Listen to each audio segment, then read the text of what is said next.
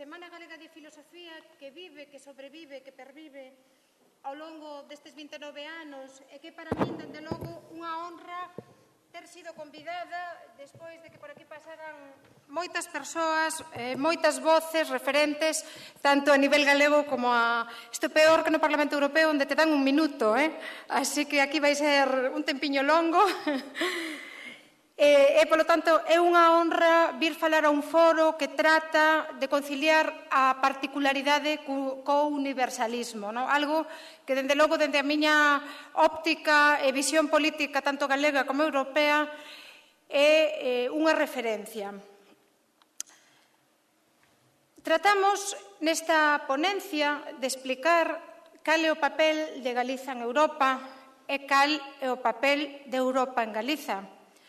Trataremos nesta exposición de facer unhas reflexións partindo dun análise que facía o profesor británico Michael Keating, un dos maiores expertos en nacionalismo europeo, que di o seguinte: a integración europea é parte dun proceso máis amplo de transformación do Estado, así como un proceso único de construción dun sistema político. Socava a tradicional identificación entre soberanía, territorio, nacionalidade e función que constitúe a esencia do Estado-nación tradicional e abre a porta a outras concepcións da autoridade política e acción pública. Estas reflexións que se deron no século pasado, pero que poderían estar aínda vixentes neste século, cara a un próspero camiñar como comunidade nacional emancipada, podería ser unha visión que poderíamos asumir dende Galiza.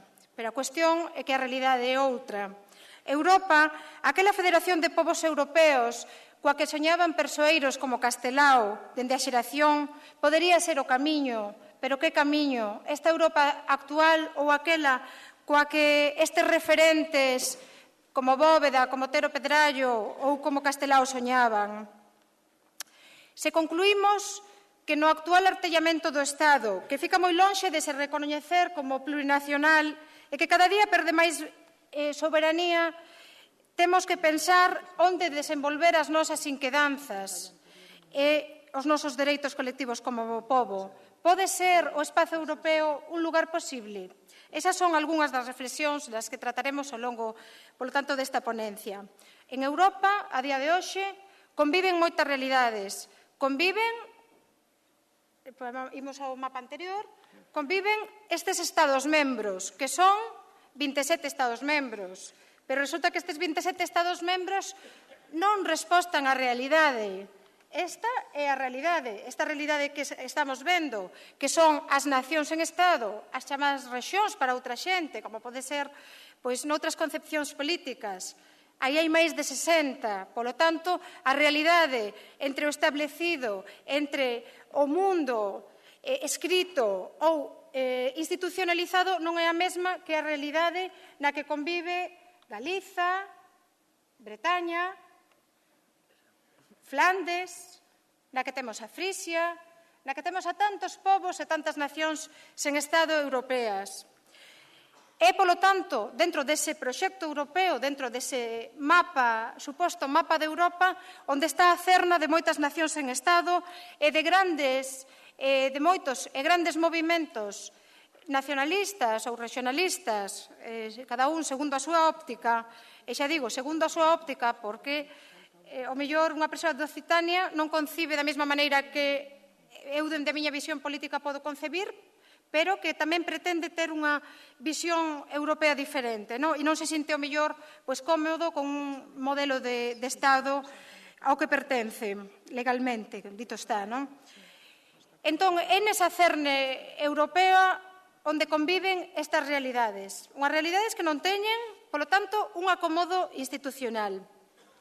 Nesta situación actual de globalización salvaxe, de globalización cada día máis neoliberal, na que os Estados profundizan na cesión de competencias posiblemente irreversible, vemos que o actual modelo de construción europea, ese modelo iniciado na década dos 50, en o que Galiza forma parte dende o 86, non se corresponde a ese modelo europeo co que soñaban os nosos devanceiros e co que nós tamén soñamos como pobo, porque Galiza é Europa.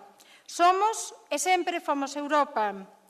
O que pasa é que a entrada daquela Comunidade Económica Europea, hoxe Unión Europea, foi moi traumática. Foi moi traumática e foi, ademais, un desafío. Hai que ver simplemente como mudou a estrutura productiva. En 2 décadas, dende 86 ao 2006, o 41% da poboación ocupada adicada á agricultura e á pesca pasou a ser nada máis e nada menos que o 10,7% da poboación galega. O noso sector primario, neste sentido, focalizado fundamentalmente no agro e no mundo pesqueiro, minguou tanto como nos primeiros 85 anos do século XX. Imaginade o que foi esa falla de adaptación, esa falla de transición dende 86 a 20 anos despois, na que a nosa estrutura económica, como afirmaba o profesor Xavier Vence no libro O fracaso neoliberal da Galiza, mudou dende a perspectiva política, a perspectiva social e a perspectiva cultural. Mais, aínda así, porén, sobrevivimos como pobo. A integración na Unión Europea foi un camiño espiñento. Isto non é un tópico que defendamos dende o nacionalismo galego, que sempre se nos acusa de ser antieuropeístas, de estar en contra dos modelos de crecemento e de integración europea. Nos defendemos un modelo de Europa que é a Europa dos povos, unha Europa diferente, pero este sistema, este actual modelo e configuración na que Galiza entra no 86 sen ser consultada, sen defender a sectores que para aquí debían de ter unha importancia maior e directa nas negociacións, o que lle chaman os autores o pecado orixinal da pesca galega. A pesca galega era forte cando se vai a facer as negociacións de entrada na Comunidade Económica Europea daquela, pois a pesca galega está nun lugar terciario, cuaternario, non é unha das prioridades das negociacións do pacote de adhesión que se negocia polo comisario Marín naquel momento. Partimos, polo tanto, en franca desvantaxe dende o ano 86. Franca desvantaxe por 3 motivos que son os que desenvolverei ao longo das seguintes palabras. Primeira, carencia de aparato de Estado propio que nos puxera en pé de igualdade nesas negociacións de adhesión. Segundo, unha concepción de Europa e, como consecuencia da actual Unión Europea, trabucadamente arredor da idea de Estados-nación, en lugar, pois, desa idea que nos defendemos como comunidades básicas ou povos. En terceiro lugar, o confinamento de Galiza na Europa periférica, mas non na Europa periférica en termos físicos, en termos simplemente territoriais, senón periferia no sentido centro-periferia, periferia no sentido sociolóxico.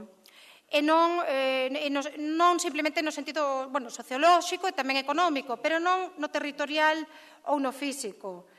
É aquela idea desenvolvida polo economista Dudley Sears que falaba do concepto da periferia e que no Estado español foi introducida por José Luis Sampedro, como ben sabedes, moitas e moitos de vós, e desenvolvida polo profesor Xosé Manuel Beiras en Galiza nos anos 60 e 70. Esa idea do confinamento de Galiza como periferia contraponse a todo o que está pasando nestes momentos na Unión Europea. O debate principal que se está a dar é a política de cohesión, a política de transporte, a política das redes transeuropeas. Estáse precisamente priorizando a política marítima, a política na que se desenvolve o transporte marítimo como alternativo ao transporte de estrada, o transporte marítimo como alternativo a un transporte moito máis contaminante, e resulta que o Porto de Vigo nestas negociacións fica fora das negociacións europeas porque a un Estado concreto, nunhas negociacións concretas, hai nada máis e nada menos que un ano, e xa non falo aquí nin dun goberno nin de outro, senón hai un ano, remitámonos aos feitos de imprensa, non solicita que o Porto de Vigo está incluída nesas redes transeuropeas nas que Galiza non sería periferia física, sería centro e epicentro desa realidade europea que, comparativamente, por exemplo, con Malta, pois podía ter un peso moito maior, polo que nos aproxima tamén co resto de Europa do Norte, pero tamén con outros povos do mundo, como o africano e o latinoamericano. A estes tres factores, insisto na idea da carencia de Estado propio, da concepción de Europa basada nas Estados-nacións e no confinamento de Galiza como Europa periférica, hai que sumarlle dous factores sociopolíticos que están na boca de todos, que son pois o día a día da imprensa, dos debates, e que, como me decía unha vez unha muller de Cuntis, que é a globalización? E eu dicíalle, a globalización será cando esa empresa cedonosa que tedes aí sexa deslocalizada para marchar a Hungría. Así foi, desgraciadamente, 2 anos despois. A globalización enténdese moitas veces véndoa en casos concretos. Pois ese proceso de mundialización que, de algún xeito, pois está afectando as estruturas dos propios Estados para que non sexan decisorios na toma de decisións, estámolo vendo, no caso do Eurogrupo, que toman as decisións dende o Fondo Monetario Internacional en Bruxelas, vindo alí a unhas reunións concretas, sen acordos democráticos, sen que pase polo Parlamento Europeo, sen que sexa decidido polos Estados membros, e, por outra parte, nesa andaina exitosa que tivo até agora o neoliberalismo, hai que sumarlle tamén todo o proceso de soberanía e de autogoberno que foron tendo as nacións en Estado, en concreto as nacións en Estado do Estado español, que en moitos casos foron infrautilizadas. E nesto detereime moito máis ao longo da exposición, porque veredes tamén como se negocian os fondos e como partimos desa posición de desavantaxe, pero tamén hai que ter en conta que esa posición de desavantaxe puido ser superada con negociacións futuras e non foi feita. Primeira idea, somos unha nación sen Estado. Neste proceso de construción europea, a principal eiva para nós estriba en que non temos un aparello de Estado como teñen outras nacións como Malta, como Luxemburgo, que con menor tamaño poden decidir sobre as súas políticas, poden ter 12 escanos europeos, poden tomar decisións no Consello e na Comisión e poden ter incluso un comisario ou unha comisaria, que ben sería para Galiza ter un comisario de pesca, por exemplo. Que ben sería, non? Cousas que nos parecen que están a anos luz e que poden pasar en breve con outra nación sen Estado como é a nosa veciña Escocia. Nós éramos nación no século V, éramos unha nación con Estado, con outra configuración, con outra realidade histórica, como podía ser a do Reino Suevo. Éramos independentes durante 7 séculos. Fomos independentes até a baixa Idade Media e, malia a negación historiográfica, fomos unha nación consciente desa soberanía porque, moitas veces, dende a sublevación do 1846 ao exemplar levantamento, hai agora 10 anos, sempre nos superamos como nación. Recoñecida ou non, somos unha nación. Baseome nesa idea que moitas e moitos de vós teredes seguramente desenvolvido nas vosas pedagogías e carreiras profesionais, que é a idea de Otto Bauer sobre a idea de nación. A nación non debe a súa existencia a estatutos externos, senón que preexiste lóxicamente e non históricamente a todo estatuto. De maneira que para nós, para esa concepción de Europa dos povos, nós preexistimos como nación, existimos sendo recoñecidos ou non. É un fenómeno social, non é un fenómeno político simplemente. O feito de sermos sociopolíticamente unha nación diferenciada, bastante afastada do patrón socioeconómico do Estado, máis carente de soberanía, foi precisamente un deses condicionantes da nosa entrada na daquela Comunidade Económica Europea. Exemplos desa discriminación podería citar moitos.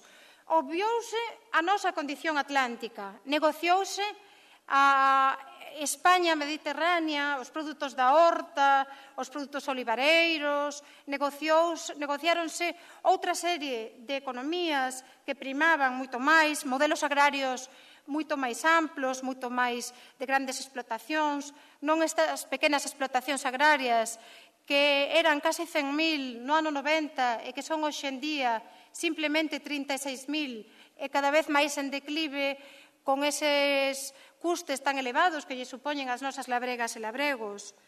Vimos como a negociación do paquete do sector naval, e estes son clásicos que se repiten sempre nas eleccións, que se repiten por nós, dende a nosa formación, por outras tamén visións políticas, pero son clásicos, pero resulta que son clásicos que están vivos aínda no ano 2012. Exemplo de construción naval, entramos no 86, non se negocia o estatus da construción naval galega, non se negocia un estatus particular como podían ter outros sectores no resto da Europa, e vemos como se vai desmantelando, como hai uns procesos de reconversión, como hai que adaptarse ás normas de competencia, como se das unha axuda de Estado, resulta que é unha axuda de Estado, pero para Polonia non é unha axuda de Estado, como se interpreta a lei, como vai o aparello comunitario pois tratando de forma desigual, moitas veces nin siquiera polo aparello comunitario, moitas veces por quen fai as negociacións. Se quen fai as negociacións vai ali a defender a construción naval, militar e non civil, pois os eixos de traballo pois van a ir por aí, porque no Consello de Ministros, e ben sabedes que hai 3 institucións básicas, a Comisión Europea, que é o Executivo, e que, teóricamente, quen propón as cuestións regulamentares e as políticas. Logo están en igualdade, porque agora, ademais, dende o ano 2009, están en igualdade, o Consello, que representa os Estados, e o Parlamento Europeo, que representa os povos, que representa a cidadanía, as persoas. Pero se quen vai aquí ao Consello vai con unha posición de defender os olivares ou de defender as grandes explotacións andaluzas e nós non temos nada en contra dese tipo de producións, pero queremos que as nosas tamén estén defendidas, pois fican nun segundo termo. Se quen vai negociar as redes transeuropeas resulta que prima para un tipo de aposta como pode ser o chamado corredor transpirenaico que une o sur de Europa co norte de Europa, pero resulta que aquí había programadas unhas conexións por ferrocarril de curta, de media, de alta, xa da igual, estaban programadas e non están, e había programadas unhas conexións marítimas, da igual, cantas conexións aéreas temos, eso todo estaba programado nunha política de transporte europea e estamos no ano 2012 e eso non se produciu. Por lo tanto, se quen vai facer as negociacións, quen nos representa, non nos representa ben, aí hai un problema. Porque acontece o seguinte, os meus colegas de Austria, de Alemania, de Bélxica, do Reino Unido, cando van ao Consello de Ministros, van acompañados, moitas veces hai como 2 modelos. Poden ir acompañados do ministro de turno de Valonia ou de Flandes ou poden deixar o ministro de Flandes ou ministra que vai a negociar por todos eles. Veríase aquí que un ministro galego de Agricultura, por exemplo, estivera negociando por todos os sectores de todo o Estado español. Sería eso viable? Podería ser, pero falta vontade. Retomo a idea do principio. A nación como fenómeno social. Obviar esa condición atlántica que para nós era esencial. A situación que ten Galiza no mundo é excepcional e hai que darlle un valor. Era o que o antigo eurodiputado, a persoa coa que tiven a honra de traballar 5 anos, Camilo Nogueira, o primeiro eurodiputado galego no Parlamento Europeo, afirmaba no seu libro A Porta Atlántica a condición natural de Galiza en Europa e que podería, ademais, darlle a Europa unha aportación de moito rigor que é, pois, a través da experiencia en política pesqueira, en política naval, en outra serie de exemplos vivos. Outro exemplo do día a día que tedes aquí na vosa ría, que hai tamén na ría de Vigo, que está na ría do Burgo, que está alá en Ferrol, onde, por certo, hai unhas mulleres que non cobran por non poder facer esa limpeza de ría, que son as mariscadoras de Barallobre, e que levan 6 días pechadas. Por que? Porque resulta que había uns fondos europeos que foron negociados no ano 2006, nada máis e nada menos, e que decían, no ano 2007 a 2009, teñen que estar realizadas unhas depuradoras que a través dos fondos de cohesión e do FEDER, que teñen que estar rematadas como moito no 2009. Pasou 2009, pasou 2010, pasou 2011, estamos empezando 2012, e resulta que as depuradoras ou están iniciadas ou, alo menos, non están rematadas. E había uns fondos. Onde están eses fondos? Outro dos problemas. E é xa prácticamente a idea final desta primeira idea de que nos falla unha concepción sen Estado, que é priorizar. Priorizar para qué? Pois priorizar para definir o que necesita un país. Se necesita unha política medioambiental, se necesita unha política industrial, unha política cultural, e como podemos acadar esa media de renda europea, que é do que se trata cos fondos de cohesión, que é o que é máis palpable para a xente tamén, como podemos acadar esa media de renda europea a través deses fondos e como son ben empregados. Se non se lle pregunta a quen ten as necesidades, que o que pasa aquí, decídense eses programas operativos entre Bruselas e Madrid, logo repártense coas comunidades autónomas, pero cando se reparten son por unhas proporcións, non por unhas necesidades. E esa falla de reparto realista que nos leva a facer, lembrome dun proxecto moi simpático que era facer un parque de columpios infantís nunha aldea despoboada da provincia de Ourense que costaba nada máis e nada menos que 100.000 euros, cando se poderían estar facendo outra serie de proxectos moito máis realistas. Esa falla de desproporción. En segundo lugar, levamos esa idea da carencia de aparello de Estado, que sería menos grave se nos integramos nun proxecto europeo que orbitase arredor das chamadas comunidades nacionais no lugar dos Estados-nación. As comunidades nacionais que para min resúmense moi ben na idea da Europa dos povos, esa idea que é romántica pero que é realista, esa idea dos povos como suxeitos vivos, esa idea da que xa falaba Castelao como comunidades básicas, esa idea que nacían nos primeiros europeístas dos anos 50, cando defendían unha Europa sen guerras, cando querían combater esas dramáticas guerras que nos levaron a tantos anos de peche e de combate dunhas persoas irmáns contra outras. Levábanos a esa perigosa tendencia entre separación entre cidadanía e política, esa separación entre individuo e Estado. Unha idea que, por certo, non debe de estar moi superada, porque a día de hoxe seguen a agromar movimentos sociais e movimentos políticos de todo cariz, por toda Europa, que son o termómetro moi claro de que algo está fallando. Análise moi evidente de que hai unha temperatura excesiva dun proxecto de construción que está raptado, que non é real, que se fixo de espaldas, que se fixo a carón da xente. Unha idea no que a xeración Nós defendeu sempre, e mesmo nun manifesto do ano 48, un manifesto publicado por Castelao, que se titula Perante a Unión Europea, publicado 2 anos antes da Declaración Schuman, como fundador das comunidades, e que decía así: os galeguistas de partido ou sen partido, sentímonos ledos entusiasmados coa idea de federar os distintos povos de Europa. Esa palabra, federación, da que xa ninguén fala, da que Angela Merkel ou Sarkozy se esqueceron, esa idea das Europas das comunidades básicas, que xa non nos representa hoxe en día nesta Europa de Estados, en este rapto, como decía, da realidade política e tamén da realidade económica, fundamentalmente, da que afecta cada día ás persoas. Europa nace inicialmente, esta Europa contemporánea, esta Europa actual, a que nace nos 50, dun gran mosaico de comunidades básicas ou de povos, sendo, sen dúbida, o galego un deles.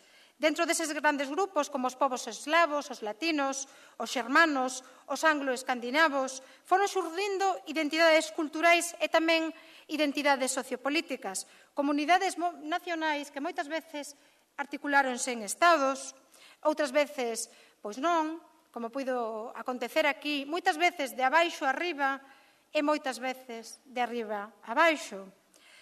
Identidades que se existe aínda unha mínima conciencia dese rapto da palabra, dese rapto económico, sociolóxico, político da palabra Europa, aínda fica na conciencia dos povos europeos. Por que temos que resignarnos a non ser europeos e europeas? Por que nos raptaron tamén o significado etimolóxico da palabra, non por orixe, senón por conciencia de povos con diversidades que nos sentíamos unidos nesa concepción? Pois, efectivamente, esa idea foi, como afirmaba Ramón Lugrís no ano 64, nese manifesto que logo foi publicado polo Instituto Galego de Análise e Documentación Internacional, Os vieiros da Nova Europa cara a unha confederación de comunidades básicas que é moi recomendável ler. Europa foi raptada con ese rapto dos estados das comunidades básicas.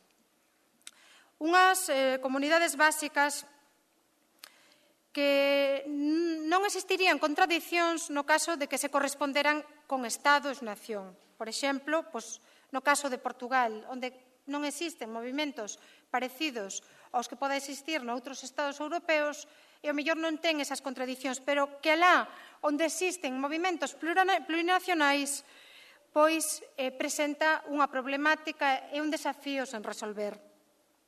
Temos dous xeitos de poder resolver esta dicotomía. Ou ben, que dentro do Estado as nacións se doten dun aparello para entrar directamente na Unión Europea, dese xeito estaríase recoñecendo un Estado plurinacional, ou ben, que a UE se redeseñe e que faga un redeseño en vista do que está acontecendo en torno a esa realidade dos povos que a conforman. Nesta segunda vía, nesta vía de tanto un redeseño da Unión Europea cara aos povos en a que traballamos dende a Alianza Libre Europea. A Alianza Libre Europea é un partido político europeo formado por 34 membros representantes de organizacións políticas de moitas nacións en Estado de Europa que defendemos outro modelo europeo, outro modelo no institucional, outro modelo no social, outro modelo no económico, outro modelo de relacións co mundo e que, dende logo, casa moi ben coas dinámicas de plantexamento de outras sociedades diferentes que defendemos dende moitos lugares de Europa, moitas veces non dende o poder, senón dende as aforas, como decía Castelao, dende as aforas. No primeiro suposto, posiblemente non sería o ideal, pero que é curioso que o primeiro dos supostos que o recoñecemento dun aparello que permita traballar directamente na Unión Europea. Un exemplo moi concreto, que a delegación galega que acompaña o Ministerio nunha negociación no Consello e no Parlamento Europeo, pois teña un representante de Galiza. Esta é unha opción que xa ten acontecido dende o 2005, que teñen pasado conselleiros ou conselleiras acompañando ao ministro de turno. Pero que acontece? Que o ministro ou ministra de turno fala e a conselleira ou conselleiro de turno, e por aí pasaron todos os gobernos, porque era así o procedimento, pois o mellor non ten voz e, dende logo, voto non ten. Entón, sirve de algo, sirve de moito. Outra das posibilidades é a que está desenvolvendo nestes momentos o Estado español, que é que unha conselleira ou un conselleiro acompañen ao Consello de Ministros de turno dun ou dunha representante das comunidades autónomas. Moi ben, pode ser tamén outra das opcións. E ríome porque o ano pasado, para coordinar a reforma da política pesqueira común, había nada máis e nada menos que unha persoa representante de Castela-La Mancha, gran comunidade pesqueira, con pesca fluvial, e que, dende logo, pode defender esas cuotas de pesca europea, eses tax, esas porcentaxes. Polo tanto, non parece tampouco un sistema moi axeitado, sobre todo cando tes que negociar con posicións con 19 ópticas diferentes, con intereses moi distintos, sino que xogan, ademais, as diverxencias ideolóxicas e as diverxencias tamén interpartidarias. Por qué? Porque non hai unha concepción de ir como nación, de ir como Estado, de ir a defender o noso, de ir defender as cousas que son boas para as persoas e para o noso pobo. Outra das ideas pode ser o que acontece con Escocia, con Gales.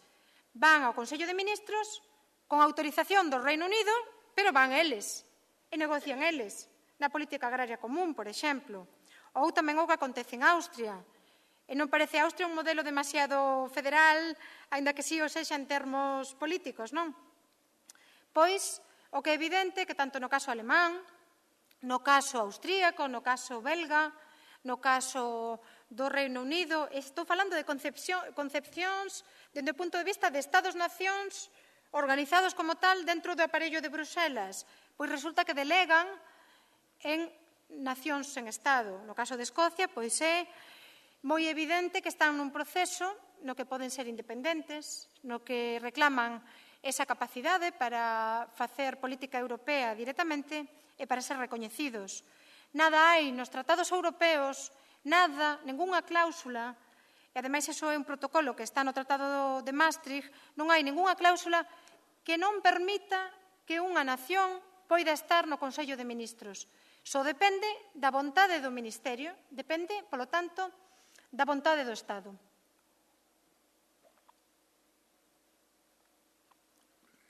Nesa idea, desenvolvemos un traballo na Fundación a que pertence a Alianza Libre Europea, a que pertence o BNG, e tamén a Fundación Galiza Sempre, un traballo moi interesante que se alguén ten interese en que lle fagamos chegar, que se chama o alongamento interno da Unión Europea, na que se explica legislativamente e dende todas as visións legais a posibilidade de que unha nación sexa independente nesta situación actual da Unión Europea e que non pase nada.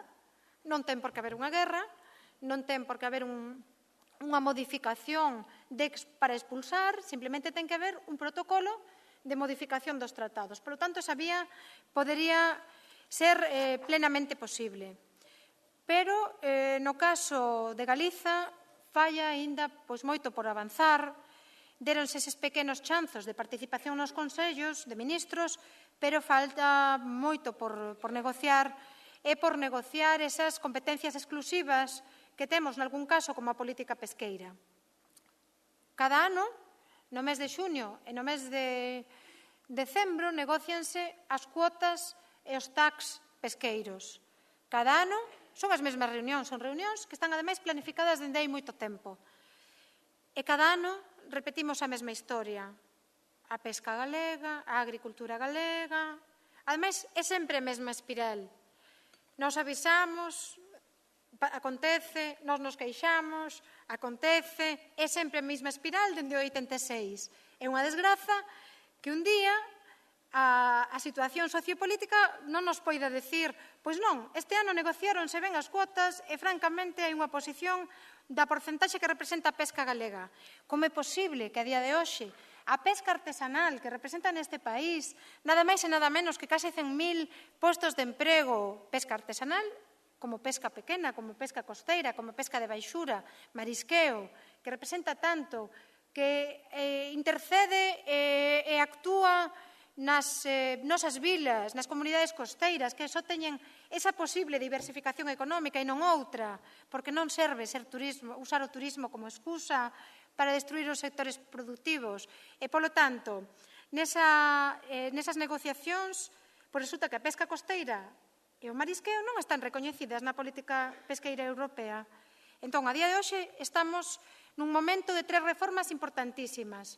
Eu, empecé sendo parlamentaria agora en xaneiro, en base a unha rotación que temos do escano con outras nacións do Estado español, por esas dificultades tamén que hai de obter un escano, porque a circunscripción é unha circunscripción estatal, é moi complicado. polo sistema de votos. Iniciei esta rotación do escano, ainda que xa traballaba nos 10 anos anteriores ali en Bruxelas, e seguía a dinámica das distintas reformas que se estaban a producir, e resulta que cando entro na Comisión de Pesca, na que están outras galegas e galegos, porque aquí a galeguidade non se lle quita a ninguén.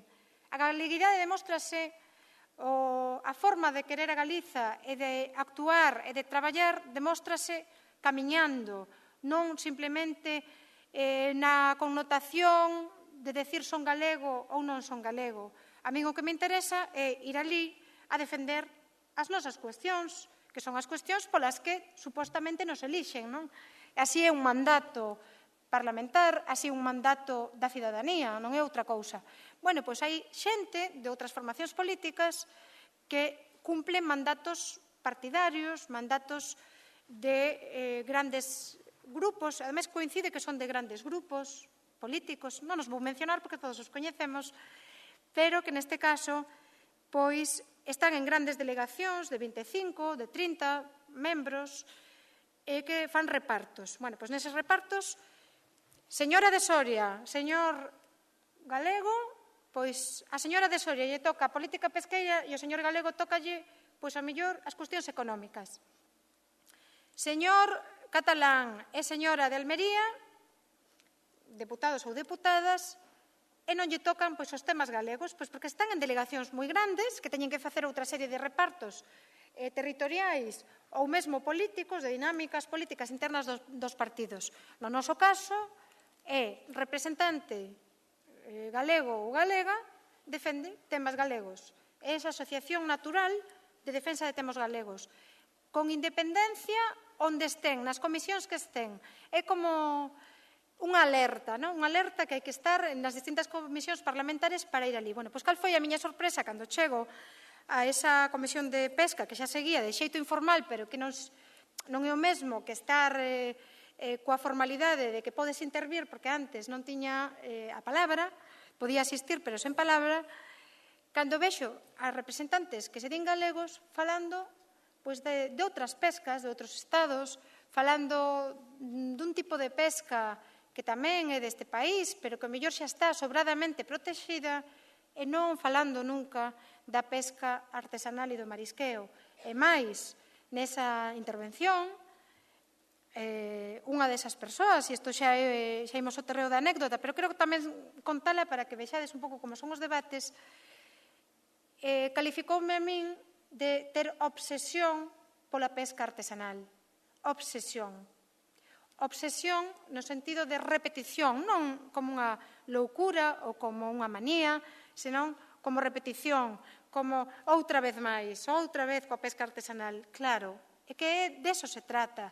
Trátase de concienciar, trátase de explicar, trátase de falar de todos os problemas que temos aquí.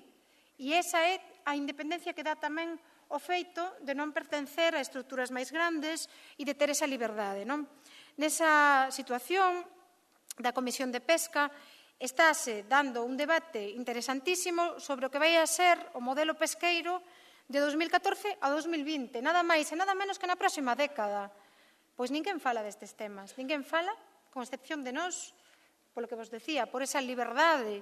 Entón, nesa dinámica, se na dinámica de 754 membros do Parlamento Europeo temos nós esa voz, temos nós esa posibilidade de falar e de estar, pero se na dinámica do Consello, pois por aí podemos, a través de alianzas con distintos grupos políticos, a través do noso grupo, que ten 58 membros, pois conseguir apoios, alianzas, consensos, que deso se trata tamén facer política europea.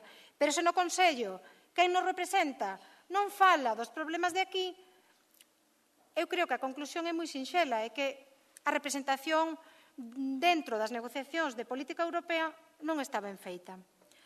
E, por último, nestas dúas ideas básicas de non ter un aparello propio de Estado, de estar representados a través desas delegacións do Estado, estaríamos chegando pois á idea final, que é a terceira das ideas que vos mencionaba ao principio, que é o confinamento de Galiza na Europa periférica. É unha problemática, a da periferia, que que, como vos dicía ao principio, non ten nada a ver co físico, senón co socioeconómico, coa estrutura socioeconómica de centro-periferia. Partimos da base que, en termos globais, Galiza figura, sen dúbida, no centro dese sistema capitalista, tal e como foi definido por autores como Immanuel Wallerstein ou Giovanni Arrighi. E temos que ser moi conscientes, partindo desa situación obxectiva, que non podemos medirnos con criterios que pertenzan a outros modelos de sociedades dende o punto de vista da perspectiva do sur ou da perspectiva colonialista. Como foron analizados e que, sen dúbida, teñen a súa importancia, pero que a día de hoxe, neste sistema feroz de neoliberalismo que toma decisións por nós, sen consensuarnos, sen preguntarnos, invadíndonos en decisións de todo tipo, de política sanitaria, de política educativa, de política cultural e lingüística, de política de orzamentos, sen que se nos consulte, de política relacionada cos sectores productivos, de política de infraestructuras, de política medioambiental, de política de xénero, porque as cousas que acontecen non son alleas a outras sociedades e realidades europeas. E, polo tanto, partimos de parámetros e de análises non dende o sur político, senón deste norte do sul que somos que, sen dúbida, queremos ser dende Galiza, dese contexto da globalización, dende esa mundialización que nós quixéramos que fora ben seguro de outra maneira, non? A nivel europeo tamén se está a producir ese centro-periferia, non? Vedes que o eixo de Yorkshire, co Franco Condado, e todo o eixo da Europa Central, onde están concentradas nada máis e nada menos que nese espazo de arredor un tercio da poboación, é dicir, 160 millóns de persoas, onde está concentrada o 40% da riqueza.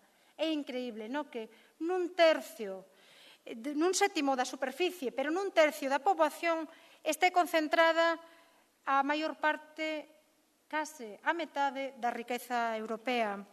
Esa perificidade xeográfica, socioeconómica, tamén estrutural, que nos sigue deixando a Galiza nesas estruturas fora das redes transeuropeas, fora das dinámicas das políticas, onde se deciden, pero tamén como se aplican, e que nos sigue deixando fora non só por vontade política, por falla de negociación, senón por ese pecado orixinal de adhesión que non foi ben feita, pero tamén por estructuras que se consolidan dentro da propia Europa, cara ese triángulo central que deixa, sen dúbida, a Galiza, obviamente, nesa periferia, e que reproduce un modelo moi semellante, aínda que non igual, a unha persoa que pasou tamén por aquí, pola Semana Galega de Filosofía, que a que Samir Amin definía para un sistema mundo globalizado. Un exemplo pode ser isto que vos acabo de citar na política pesqueira común, pero vou ir máis alá. Neste momento, na reforma da política pesqueira común, estánse decidindo os eixos políticos, os eixos de enfoque económico para onde debe de ir a reforma. Debe de ser cara a unha pesca sustentable, creo que todo o mundo está de acordo que precisamos unha pesca sustentable, que precisamos unhas rías limpas, que precisamos pescar equilibradamente. Hoxe mesmo saía unha información sobre a sardiña, que non había suficientes stocks, suficientes capturas, recursos para continuar a pescar, pero ademais precisamos que sexa enfocada socialmente.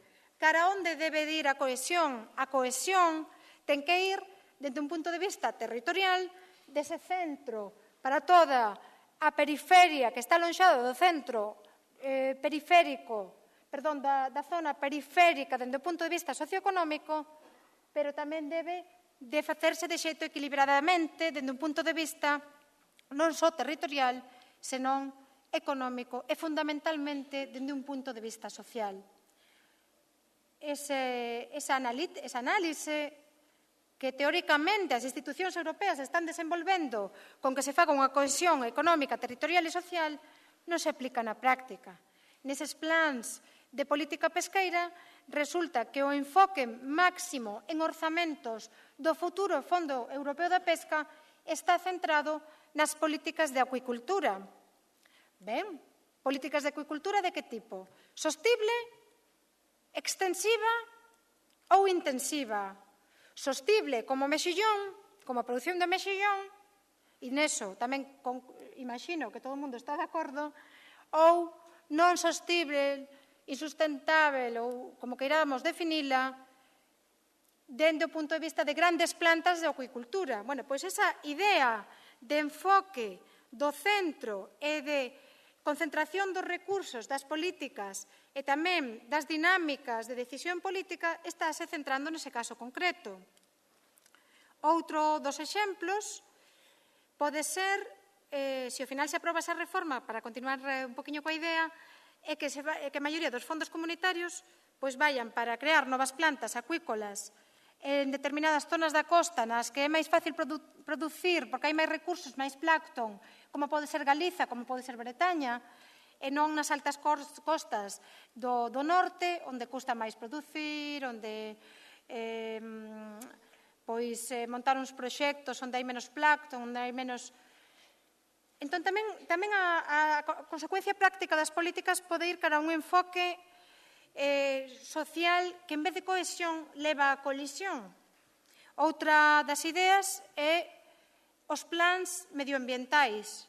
Vemos como acaba de ardernos un país. Vemos como hai unhas fragas europeas, uns bosques atlánticos únicos catalogados como especies prioritarias dentro da rede Natura 2000, que é unha rede europea, como ben sabedes, e que resulta que acaban de arder.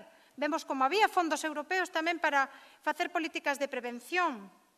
E esa idea de non aplicar a política europea nas cousas reais, nas cousas diarias, e si nas grandes infraestructuras que por riba non están acabadas, pois é o que leva tamén a cuestionar a Europa, a cuestionar esa Europa economicista, que non só decide por nós, sen ser consultados, en decisións do Eurogrupo, a 17, en decisións que non tocan a cidadanía, senón que cando aplica determinadas políticas, porque seus xestores ou executores das políticas non fan un análise das necesidades dos povos, das cidadanías, dos territorios e da sociedade civil, pois aí hai tamén un desfase con Europa. É aquel debate eterno que se dá na prensa galega sobre fondos europeos. Para que? Para que sexan despilfarrados? Fondos europeos? Para que? Para que non sexan ben empregados? Para que sexan infrautilizados? Eu creo que a idea é a contraria, é fondos europeos porque nos corresponde, porque é de xustiza, porque é un dereito, porque non estamos na media europea, porque nós tamén contribuímos cos nosos impostos para ser obxectivo deses fondos de renda media. Que acontece? Se non son ben empregados, haberá que incrementar os sistemas de control e haberá que mellorar eses plans de aplicación, pero non podemos renunciar, sen dúbida, por ser periferia, a continuar sendo periferia toda a vida, porque temos, eu creo que si é certo, moitas cousas que decir na Unión Europea, moitas cousas que plantexar, e isto lévame a unha idea que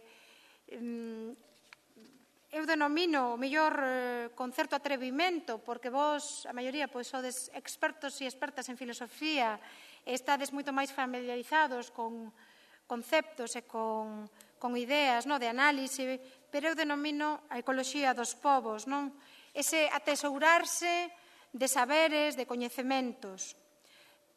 Europa non pode ser unha solución se ignora as células fundamentais das que está constituído o seu córporo.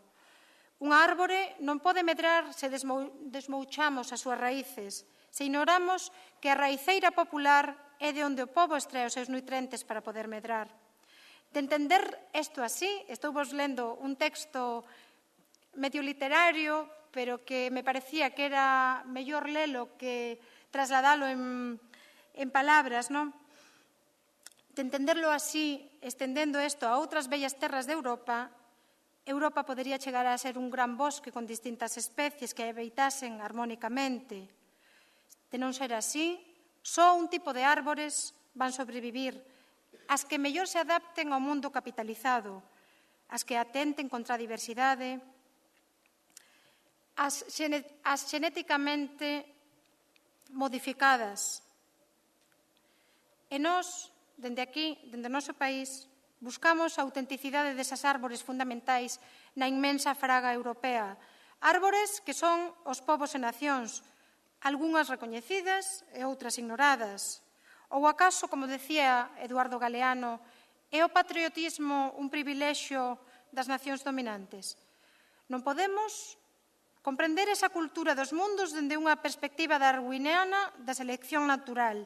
A cultura dominante aliméntase das culturas dominadas. As culturas febles sucumben case sempre diante do depredador.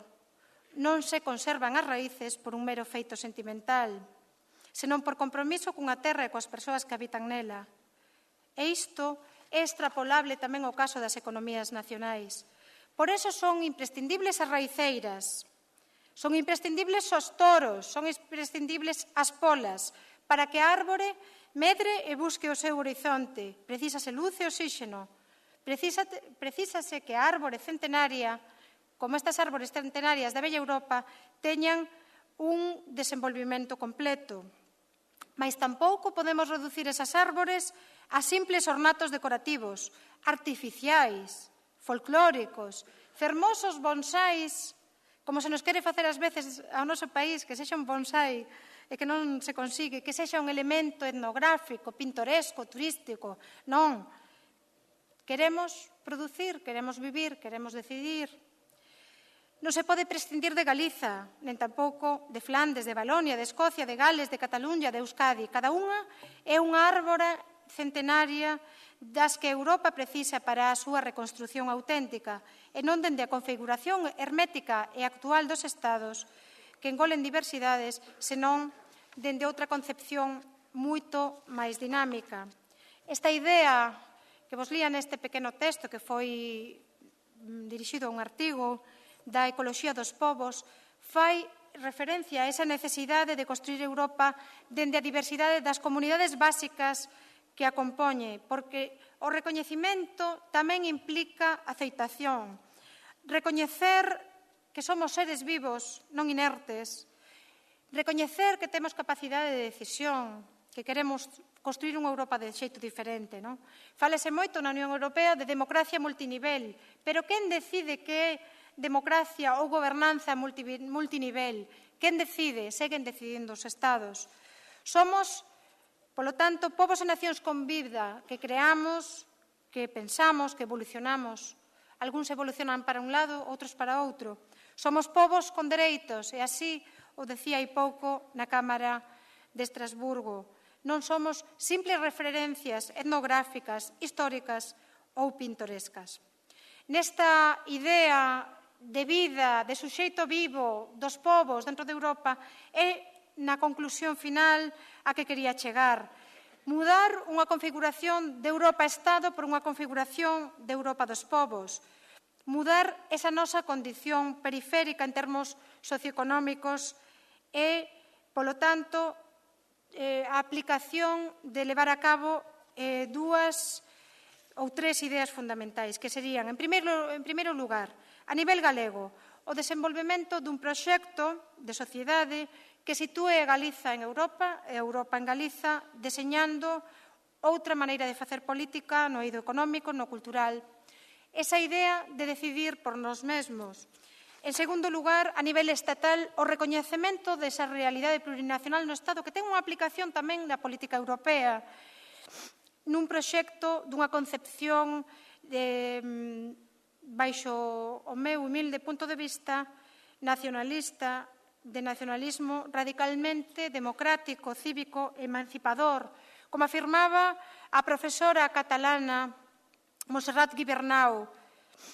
O nacionalismo aberto e inclusivo que nos nosos proxectos de Europa e de visións do mundo, dese particularismo ao universalismo defendemos, é esa idea que nos equipara con movimentos sociais progresistas, poño exemplo ecoloxista ou feminista ao longo da historia, non? na medida en que tenta ser a voz de quen durante moito tempo foi silenciado. E os movimentos das nacións en Estado en Europa fomos silenciados ao longo da nosa historia. Non vende agora, vende hai de moitos anos. Nos, nesta visión das nacións en Estado, lanzamos unha áncora identitaria, unha anclaxe coa identidade.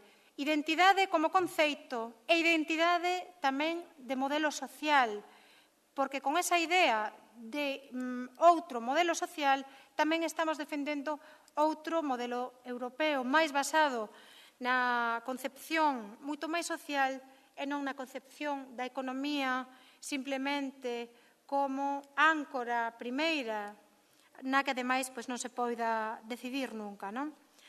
Temos, polo tanto, que apostar e derivar a facer máis esforzos na dirección de adquirir toda a incidencia política e incidencia social. Por iso foros como este son moi interesantes tamén, porque falan doutra idea de Europa no proxecto de construción europea.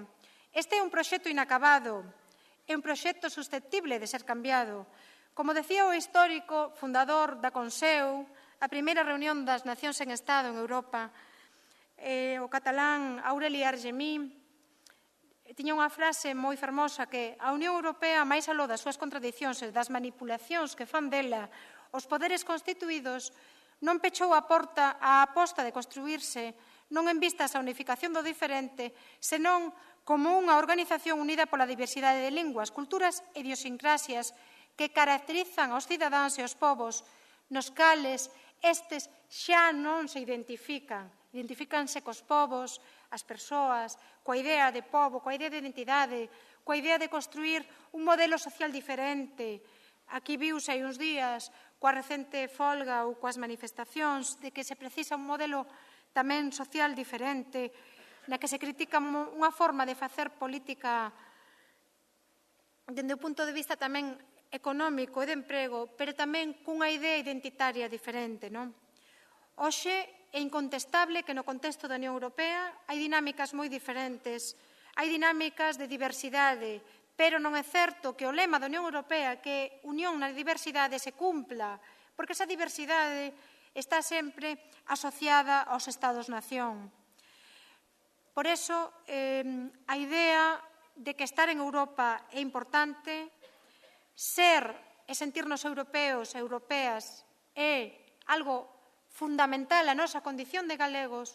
Criticar, denunciar, cuestionar o proxecto europeo tal como se está facendo non significa que teñamos que resistirnos a que o conceito de ser europeos, no sentido raptado da palabra, continue a selo, senón facelo valer desa Europa viva, das árbores centenarias que compoñen ese bello continente. Queremos aplicar esta experiencia histórica, política, cultural, social nun novo redeseño da Unión Europea. E por eso quixera rematar cunha frase que decía Castelao, sorprendentemente, con esa anticipación da que falaba antes, xa no ano 48, que afirmaba o seguinte, nese manifesto titulado Perante a Unión Europea. En verdade, os faraútes do federalismo europeo aínda non son auténticos federalistas, porque para selo sería preciso que pensaran máis nas nacións que nos estados. Desexamos que, pese aos maquiavelismos imperialistas, a Constitución dos Estados Unidos de Europa sexa un feito e que España, convertida en Estado federal, entre a disfrutar, por fin, da armonía interior e exterior que necesita. Pero nós seguiremos sendo galegos, en Galiza, en España, en Europa e no mundo, porque mal amaríamos a humanidade se non empezamos amando a nosa patria. E pensando así, somos verdadeiros federalistas. Dende Galiza, dende esta árbore centenaria da bella Europa, moitas grazas.